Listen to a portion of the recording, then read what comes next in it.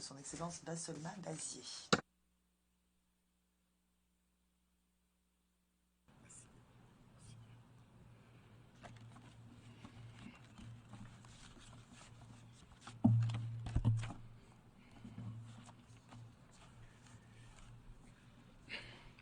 Excellences, Monsieur le Président de la 78e session de l'Assemblée générale des Nations unies, Excellences, Monsieur le Secrétaire général de l'Organisation des Nations unies, distinguées personnalités, au nom de son Excellence le capitaine Ibrahim Traoré, président de la transition, chef de l'État, recevez les salutations fraternelles du peuple et du gouvernement du Burkina Faso.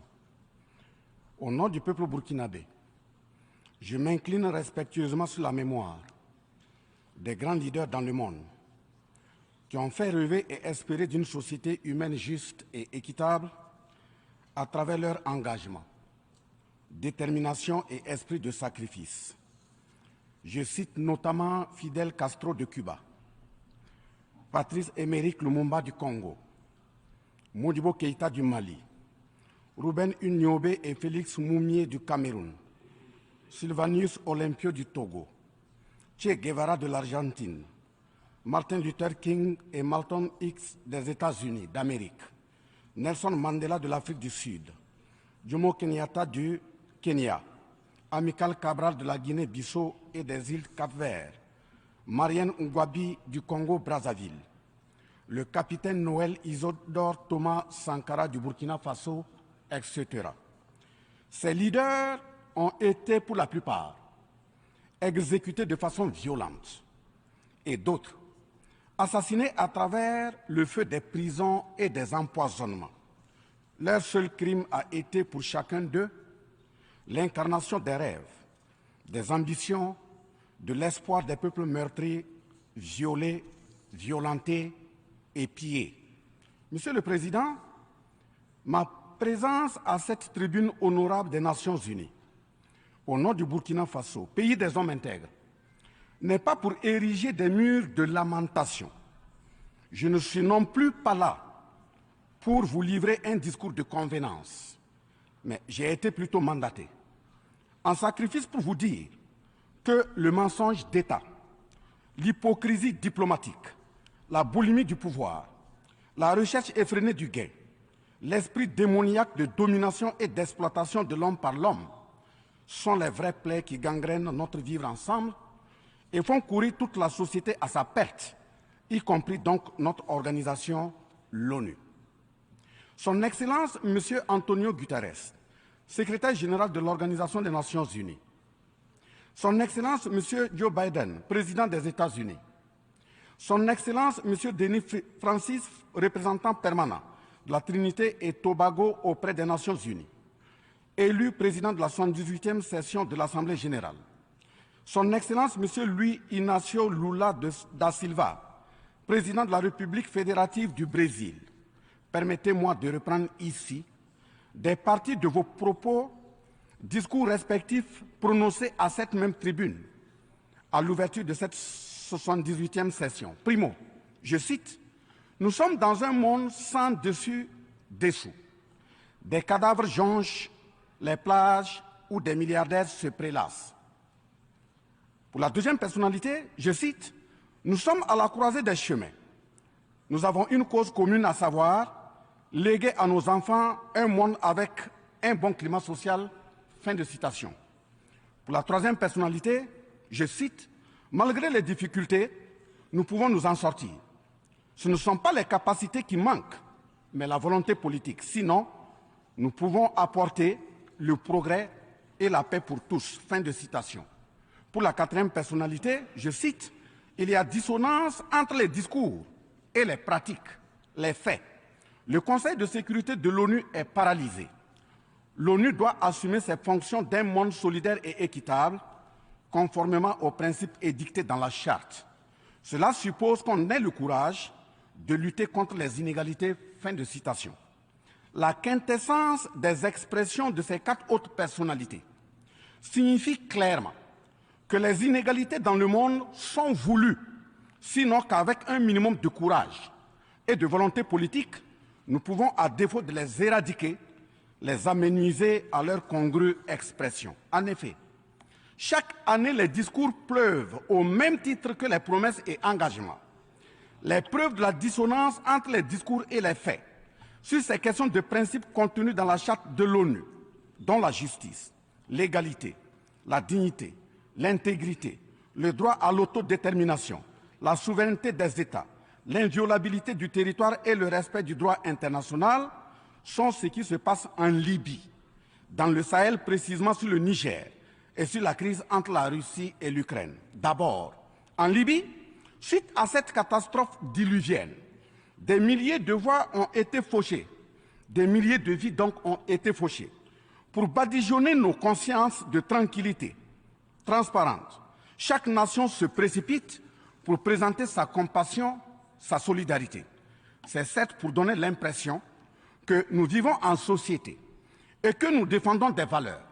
L'honnêteté intellectuelle recommande et l'histoire des consciences nous reflète que nous devons présenter nos sincères excuses au peuple libyen pour avoir été, collectivement et individuellement, par passivité condamnable ou par complicité active et inacceptable, aux côtés des bourreaux qui ont été la première catastrophe anthropique en Libye. C'est cette catastrophe qui a mis la Libye à genoux en la saccageant et tuant son guide avant que les eaux de déluge ne viennent l'endeuiller davantage. Et malheureusement, à la tête de cette catastrophe humaine était l'ONU sous la résolution 1970. Et le silence coupable voit la complicité de la CEDEAO et de l'Union africaine. Cette macabre intervention, avec la France de Nicolas Sarkozy en tête, a liquidé le guide libyen, le colonel Muammar Kadhafi, le 20 octobre 2011. Si les condoléances au peuple libyen avaient un minimum de bon sens et sans hypocrisie, cette diplomatie macabre n'aurait jamais lieu autour du cas du Niger pour y créer une Libye bis. Ensuite, pour preuve que les relations internationales sont teintées d'une haute hypocrisie diplomatique, dénudées de conscience, de morale, de dignité, d'intégrité, de justice, donc de paix, ce sont encore les mêmes gesticulations dans un aliment scandaleusement mortifère qui s'agitent comme des fauves autour de leur proie blessée pour la dévorer. Aujourd'hui, nous avons fait le constat malheureux que, contrairement au discours de profession de bonne foi prononcé à cette tribune de l'ONU, invitant au respect de la charte de l'ONU et du droit international, les dirigeants représentant le peuple frère du Niger ont été pratiquement interdits d'accès au siège des Nations Unies. Le Burkina Faso condamne fermement cette manœuvre sordide qui relève de pratiques moyenâgeuses. Cela ne peut évidemment se faire que par des esprits en perte de valeurs essentielles pour toute vie harmonieuse en société. De ce fait, nous renchérissons pour dire que l'ONU ne doit en aucun cas être un instrument dans les mains d'un quelconque pays. Les leaders panafricanistes qui se sont battus pour l'unité africaine, nos grands-parents qui sont tombés dignement sous les balles assassines des colons, les dignes fils africains qui se sont sacrifiés pour l'honneur sur le continent et qui ont lutté férocement contre la traite négrière et le néocolonialisme, ont eu leur sommeil de guerriers perturbé pour avoir entendu qu'une poignée d'enfants égarés de l'Afrique tiennent le Niger, telle une boule de coton, à l'envahisseur afin qu'il y mette le feu. Oui, cher continent africain, une poignée de tes enfants a décidé de t'humilier et de te vilipender à travers le mensonge éhonté d'État, en commençant par le Niger. Par conséquent, je lance un appel vibrant et solennel au peuple sénégalais, béninois, nigérien, ghanéen, tchadien, ivoirien, comorien, bissau-guinéen et tous les peuples d'Afrique à se mobiliser davantage dans la fraternité et la solidarité africaine afin d'éviter que les impérialistes mettent le feu au Niger, comme le cas de la Libye. Monsieur le Président, Monsieur le Secrétaire général, distingué personnalité, j'insiste à cette tribune de l'ONU et devant le monde entier que la CEDEAO, l'Union africaine et l'ONU doivent impérativement se muer en des organisations véritables des peuples en lieu et place de structures d'une minorité de chefs d'État. Elles ne doivent pas être utilisées et instrumentalisée pour déstabiliser des pays frères en assassinant leurs leaders. Ce n'est qu'à ce prix que la charte de l'ONU et le droit international auront un sens. Enfin, parlant de la charte de l'ONU et du droit international, un conflit entre la Russie et l'Ukraine est entretenu et voulu par certaines puissances. Ainsi, plusieurs pays occidentaux, notamment les États-Unis et l'Union européenne, y ont déversé toute sorte de soutien, notamment militaire. Les populations civiles ukrainiennes, engagées comme volontaires, dont certains pilotent même des chars, sont félicités et traités de patriotes. Le Mali, le Niger et le Burkina Faso font face à une guerre qui leur a été imposée par l'impérialisme sous le couvert de terroristes de tout acabit, sémant terreur et désolation. Malgré l'existence de cette même charte des Nations Unies, avec ses principes d'égalité, de justice d'une part, et d'autre part, le même droit international invoqué, à cette tribune de l'ONU, il y a nettement un fossé abyssal dans le traitement des questions. En effet, prenant le cas du Burkina Faso, les populations civiles, face aux incursions barbares et meurtrières des terroristes, ont décidé de s'engager aux côtés des forces de défense et de sécurité. Ces populations ainsi engagées, formées et encadrées par les FDS, sont appelées des volontaires pour la défense de la patrie. Ainsi, au Burkina Faso, nous avons 58 000 VDP, dont 42 000 VDP communaux et 16 000 VDP nationaux, qui combattent sur tous les fronts aux côtés des forces de défense et de sécurité, formées, encadrées, orientées par elles. Celles-ci n'agissent que sur instruction et surveillance des FDS et conformément à des textes réglementaires en vue de protéger leur vie et leurs biens.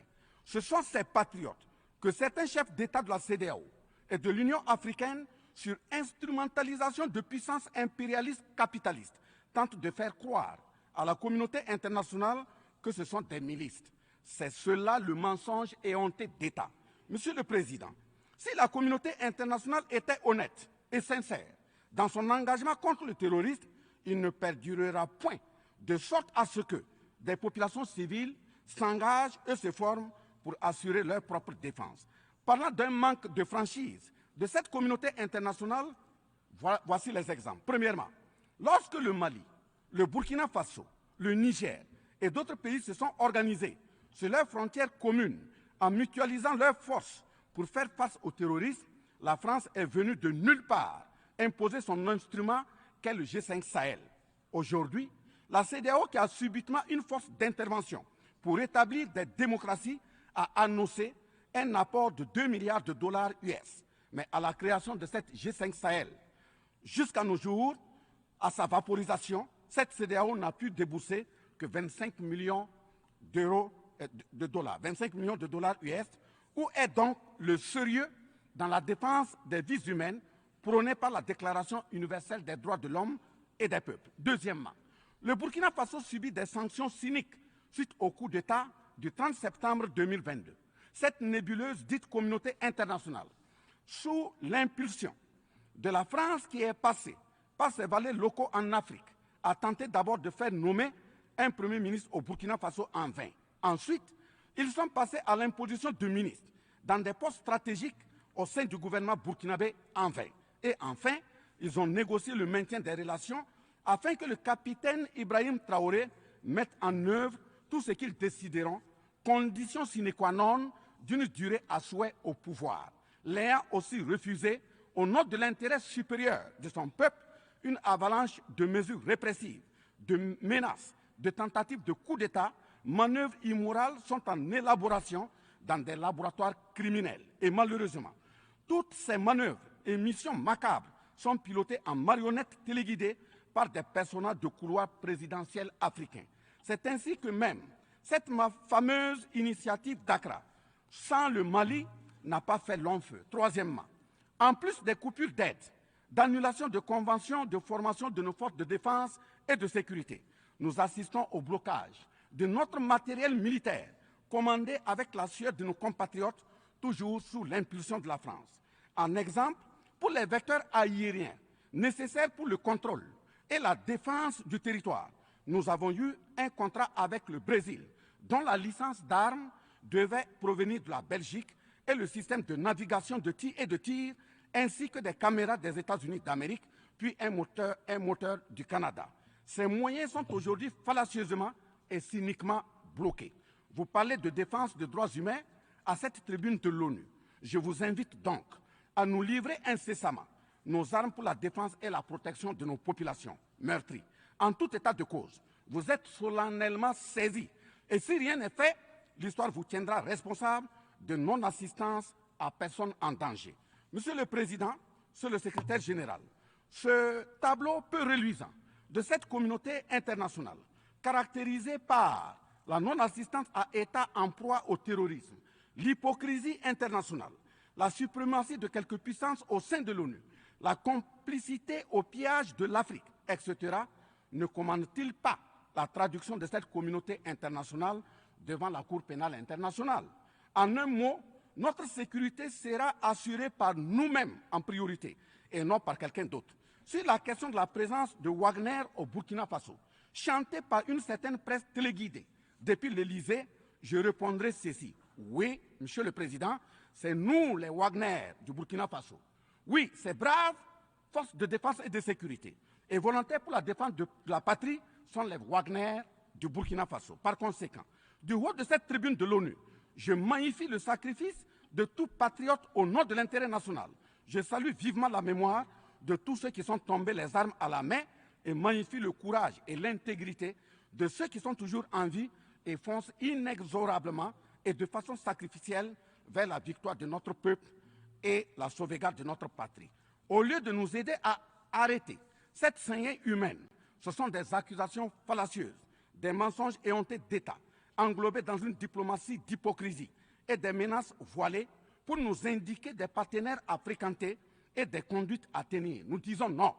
Au nom de la même charte des Nations Unies et du droit international que vous évoquez tous et toutes ici à cette tribune, les peuples africains en général et sahéliens en particulier sont résolument engagés à assumer absolument et pleinement leur émancipation totale pour un progrès social véritable. Ainsi, le Burkina Faso liera de façon souveraine ses partenariats avec qui il veut et achètera ses moyens de défense avec qui il veut. Qu'un pays s'appelle Russie, Iran, Turquie, Azerbaïdjan, Cuba, Nicaragua, Corée du Nord, le Burkina Faso y achètera et y vendra librement ses produits sans intermédiaire, encore moins une autorisation de qui que ce soit. Et cela advienne que pourra. Monsieur le Président, Monsieur le Secrétaire général, parlant toujours d'hypocrisie et de mensonges d'État, dans cette question de lutte contre le terrorisme, en général et dans le Sahel en particulier, voici d'autres faits que vous n'ignorez certainement pas et j'en suis certain. Primo, dans le Sahel, nous avons près d'une dizaine de milliers de soldats d'armées étrangères, composés en majorité de soldats français, mais également des soldats américains, allemands, italiens, etc., avec des armes, des matériels volants et de surveillance des plus sophistiqués au monde. Et malgré tout, personne ne voit des colonnes de centaines de terroristes se déplacer pour aller servir la désolation et la mort, souvent avec des armes inimaginables. Au Mali, au Niger et au Burkina Faso, il n'y a ni usine de fabrique d'armes, ni de munitions. Qui recrute donc ces terroristes? Qui les entraîne? Qui les dote en permanence? Qui les nourrit et avec quels moyens? Croyez-vous à cette philanthropie au nom de laquelle des Occidentaux vont envoyer leurs militaires au Sahel mourir pour des beaux yeux des Sahéliens? Si oui, qu'est-ce qui justifie les énervements et autres gesticulations puériles et diplomatiques dès qu'on dit à la France de déguerpir militairement? La vraie raison, ce sont les ressources du sous-sol au Sahel. En effet, l'Assemblée nationale française a voté la loi numéro 057-7-27 du 10 janvier 1957, parue dans le journal officiel de la République française du 12 janvier 1957, portant création de l'Organisation commune des régions sahariennes, OCRS, qui regroupe des parties du Mali, du Burkina Faso, du Niger, de la Mauritanie, de l'Algérie, etc. Cette zone n'a jusque-là pas d'égal dans le monde en termes de richesse de sous-sol. À titre d'exemple, la nappe phréatique la plus importante va de la Mauritanie à la Somalie, en passant par le Mali, l'Algérie, la Libye, le Niger, etc.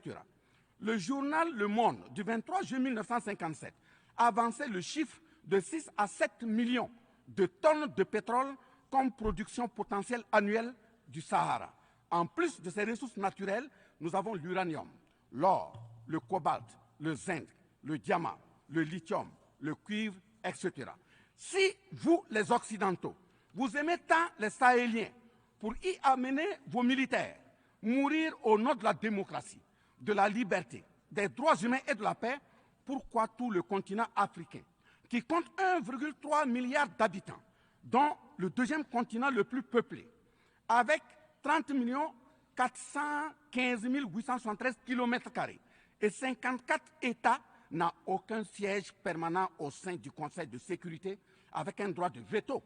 N'est-ce pas là, au-delà d'un crime d'État, un crime onusien? Donc, halte aux mentions diplomatiques grossiers consistant à dire que ces puissances impérialistes viennent au Sahel pour défendre la démocratie et des droits humains.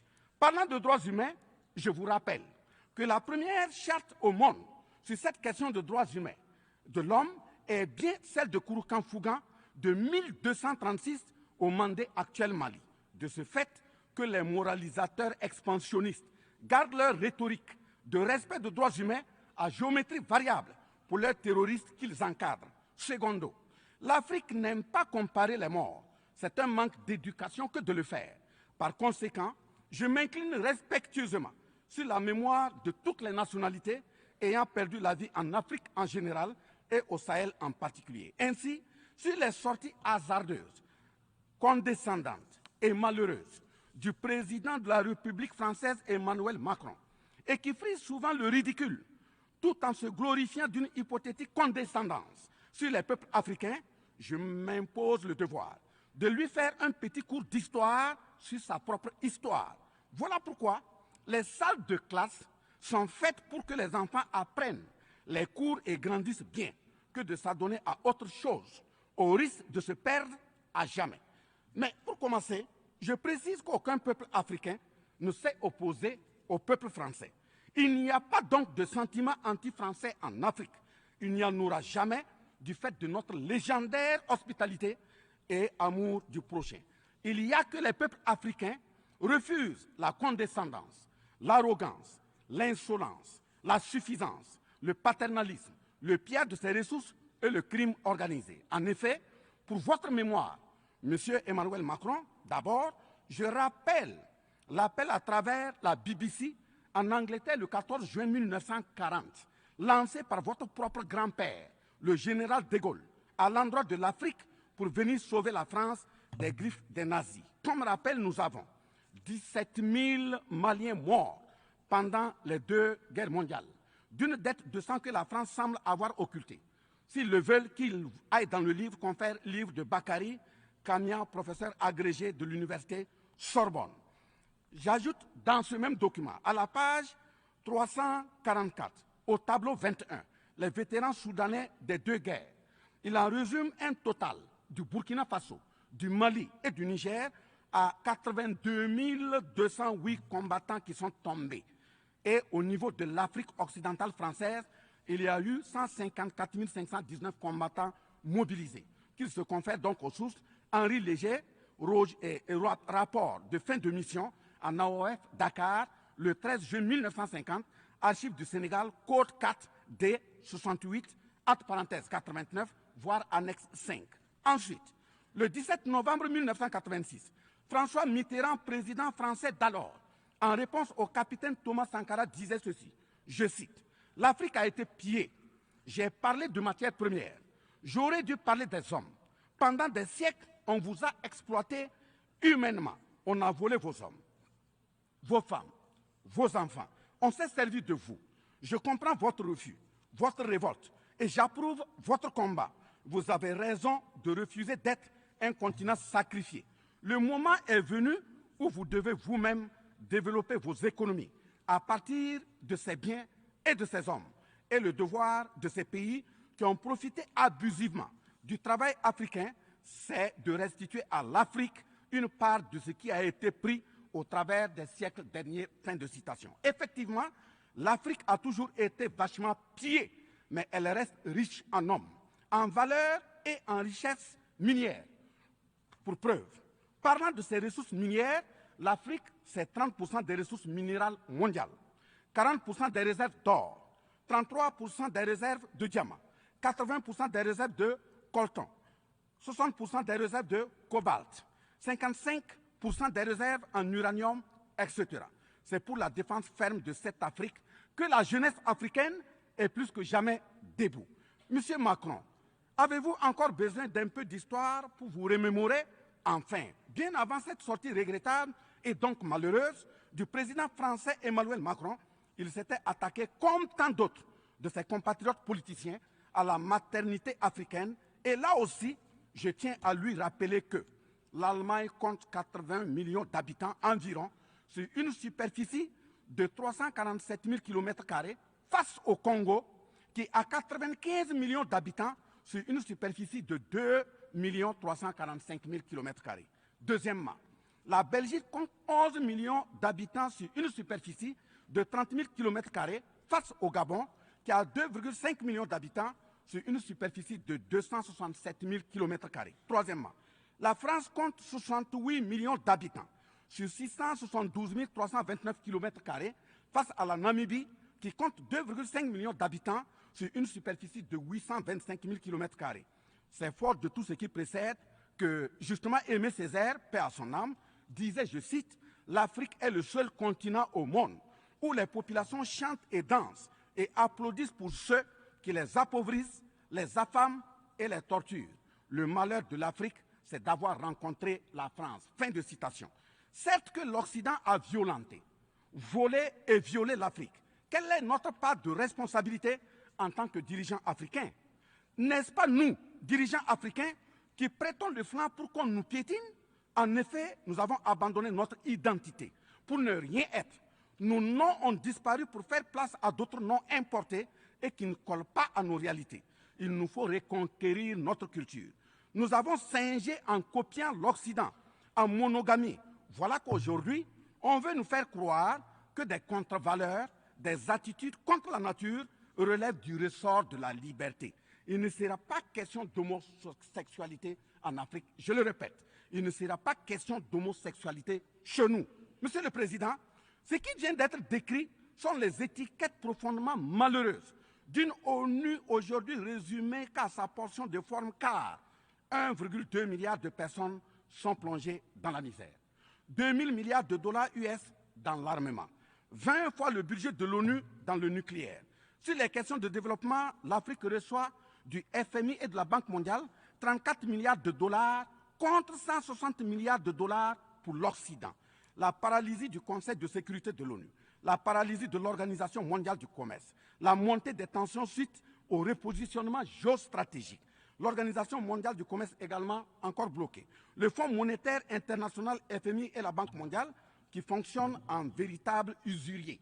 L'Organisation mondiale de la santé qui est de plus en plus dominée par les firmes pharmaceutiques de rente, donnant ainsi une priorité commerciale que sociale aux vaccins tels que le vaccin contre la Covid-19. L'ONU qui devient de plus en plus l'ombre d'elle-même de par les tentatives de sa prise en otage par un conglomérat de puissances internationales impérialistes, brouillant ainsi la clarté et le sérieux dans ses prises de position, etc.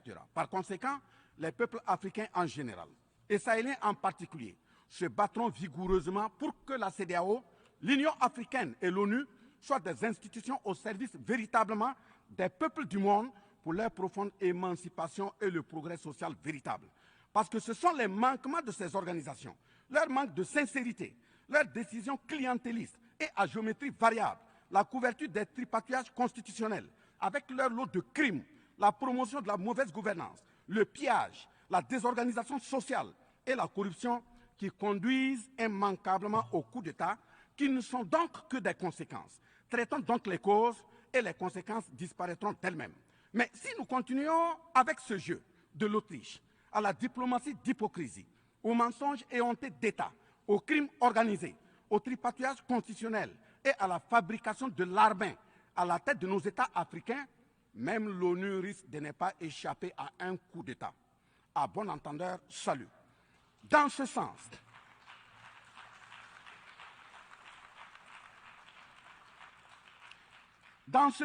et afin de prendre leur destin en main, le Mali, le Niger et le Burkina Faso ont signé l'Alliance des États du Sahel, en abrégé AES.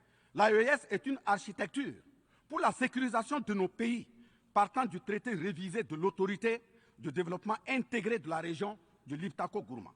Prenant en compte la situation sécuritaire et surtout le manque de franchise dans le partenariat, il s'agit de compter sur nos propres ressources en recherchant la mutualisation de nos moyens et à œuvrer à faire disparaître les discontinuités dans les espaces de manœuvre opérationnels. Monsieur le Président, je vous signifie avec force et fermeté, dans une haute et intelligible voix que, primo, nous, peuple africain, sommes foncièrement démocrates. Pour preuve, notre attachement à la dignité humaine transcende la démocratie. Ce que nous refusons, c'est moins donc la démocratie que le piège de la démocratie qui nous est tendu. Ainsi, la démocratie électoraliste s'est avérée un moyen de contrôle de nos États à travers le jeu de chaises musicales de dirigeants très souvent imposteurs, corrompus, voleurs, violeurs de constitution, car étrangers au seul intérêt de nos États africains qui vaillent. Secondo, nous, Africains, sommes-nous aujourd'hui reconnus dans notre dignité d'homme, au sens de un homme égal à un homme? La réponse assurément est non, au-delà des convenances circonstanciées, pour nous endormir et mieux nous asservir. Triste pour le continent noir, reconnu scientifiquement comme berceau de l'humanité, mais dans la réalité humilié, placé sous contrôle dominé.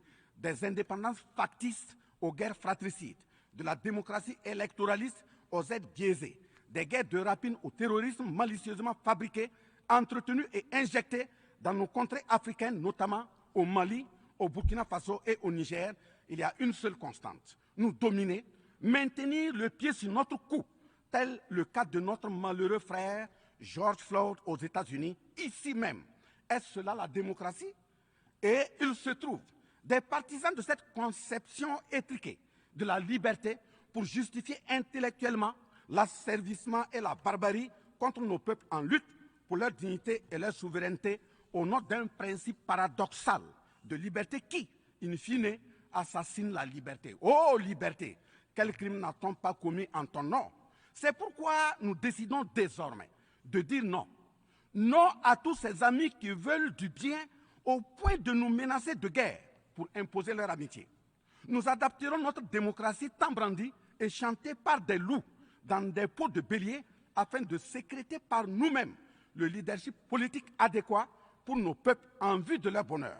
Oui, l'émancipation totale et le progrès social véritable pour nos peuples constituent la finalité de toute action, qu'elle soit politique, économique, socio-culturelle et ou sécuritaire. Troisièmement, les peuples africains en général, et ceux sahéliens en particulier, ont découvert des chaînes d'aliénation économique, sécuritaire, socio-culturelle matérialisées en accord secret avec la France et sont engagés à les casser pour leur émancipation véritable. Ce sont entre autres, premièrement, la dette coloniale. Nous n'allons pas fermer les yeux et la payer tout en laissant nos populations mourir de faim et de soif et voire de maladie. Deuxièmement, la question de la monnaie dont le franc CFA, appelé franc des colonies françaises d'Afrique, n'est pas une priorité africaine. Au plan juridique, la propriété est le droit de jouir et disposer des choses de la manière la plus absolue. Confère article 544 du Code civil français chez eux-mêmes. Un brevet est donc détenu par la France sur le franc CFA. Elle est par conséquent propriétaire du franc CFA et elle la loue aux États francophones africains. Ce qui est marrant en plus est que le biais produit par la France pour l'Afrique de l'Ouest diffère de ceux de l'Afrique centrale en valeur monétaire sous la même appellation franc CFA. Le seul document reconnaissant le franc CFA est le décret numéro 45-0136 du 26 décembre 1945, dont les signataires furent Charles de Gaulle, président du gouvernement provisoire, René Pleven, ministre des Finances, et Jacques Soustel, ministre des Colonies. Quatrièmement, la priorité aux intérêts aux entreprises françaises dans les marchés publics et appels d'offres publics, c'est terminé.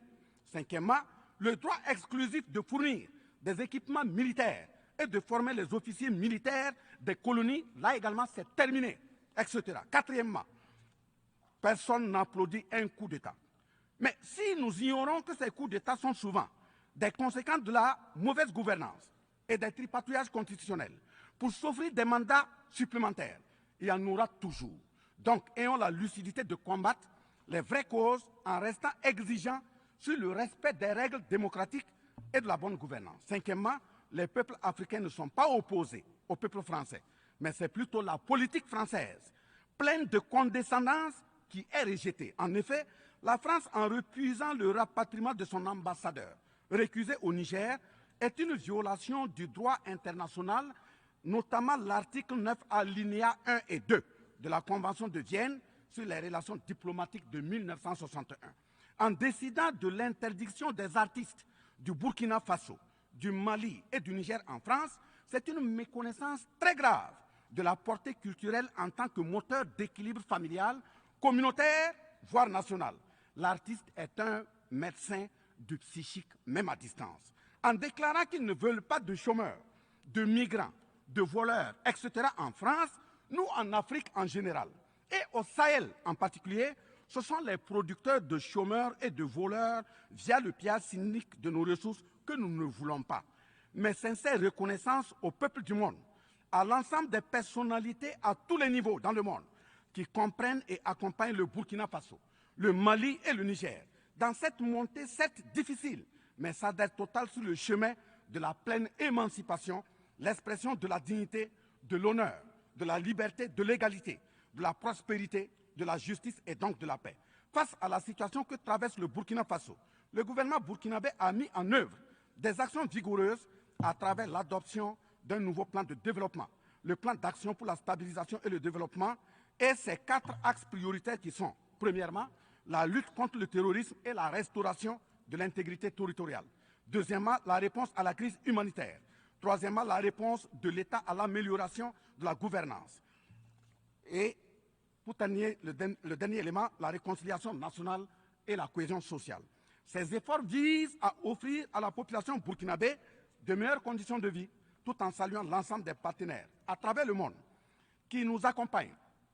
Nous invitons vivement ceux qui sont toujours dans le doute ou tétanisés par des rapports au contenu faux qu'ils sont les bienvenus au Burkina Faso, à condition que le partenariat cadre avec la vision de la transition résumée dans ces 4 axes. Vive l'ONU, vive la 78e session, vive les peuples en lutte, vive la solidarité entre les peuples, vive l'Afrique libre, vive l'Alliance des États du Sahel, vive le Burkina Faso, la patrie ou la mort, nous vaincrons. Je vous remercie.